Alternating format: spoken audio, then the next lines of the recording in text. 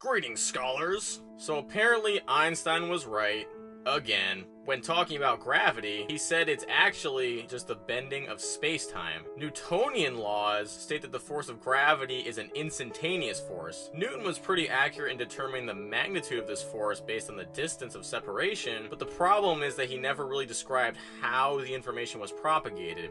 And that's where Einstein came in. He basically said that the universe is like a big trampoline. Each mass you add to the trampoline will stretch it, and the objects will be drawn together because space-time bends to force them together. With that in mind, here's the video question. How does a warp drive work? Keep in mind this is still science fiction, but there's some legitimate science behind it. So how do we measure gravitational bending? I mean, compared to lots of objects in the universe, the Earth is pretty freaking small. I'll answer your question with another question.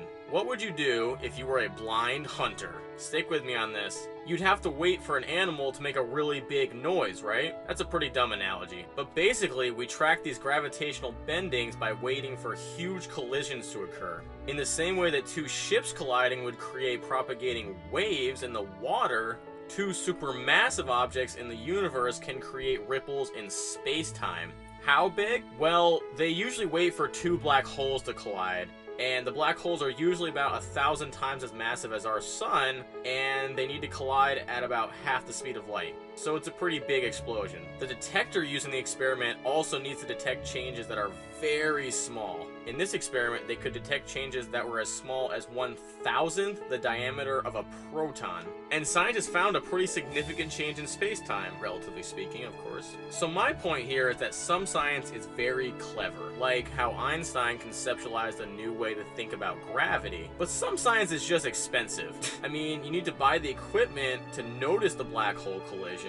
Then you need to be able to buy equipment that can measure changes in space-time under 1,000th of a proton diameter. So when you get rich, just be careful spending too much money on your flat-screen TV, and try to help a scientist out. Okay, here's your video-ly answer. How does a warp drive work? Basically, it just bends space. Nothing can move through space-time faster than the speed of light, but we can move space-time around us. We contract the space in front of the craft and expand the space behind the craft while keeping a bubble around the craft that is not affected. It's as if we folded a 100-meter track into 10 meters. It'd be a lot faster. And that's how it's supposed to work. And by the way, NASA is working on this as we speak, as I speak. Thanks for watching, like and subscribe.